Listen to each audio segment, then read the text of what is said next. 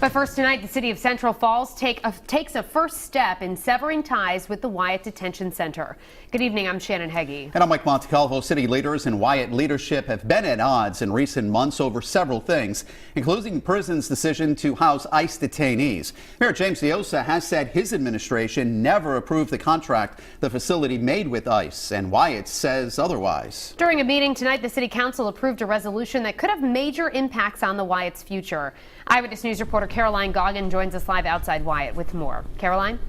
Well, Shannon and Mike, Mayor James Diosa said during a press conference last week he is done with the Wyatt. The city council following his lead tonight, saying they no longer see the need for the Wyatt to function here in the city of Central Falls. It was almost 30 years ago the city of Central Falls entered into an agreement to build the Wyatt Detention Facility. The city at that time was going through very dire financial conditions. That was in 1991. Thomas Lizea was the mayor. He says in hindsight it was an excellent decision. Wyatt serving as an economic engine for the city of Central Falls. Decades later, its current council says there is no longer a need for the detention center. No, we don't need them here. We really don't benefit from them.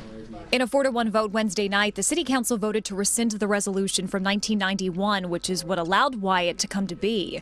Council President Maria Rivera says this is the first step in the city of Central Falls cutting ties with the facility. And we knew that this was going to happen sooner or later because most of us do not agree with them not paying us and living off taxpayer money. The city solicitor says the Wyatt hasn't made payments to the city since August of 2017. Another bone of contention for the council, the Wyatt recently entering an agreement with the U.S. Marshal's office to free up 225 beds for ICE detainees. My biggest step right now is trying to cancel that contract and stop them from bringing the detainees based on the zero initiative tolerance. And then the second step, we need to continue and trying to figure out how are we going to get them shut down. The Wyatt has defended the practice of housing detainees, saying the mayor's office knew about this decision prior to the detainees' arrival.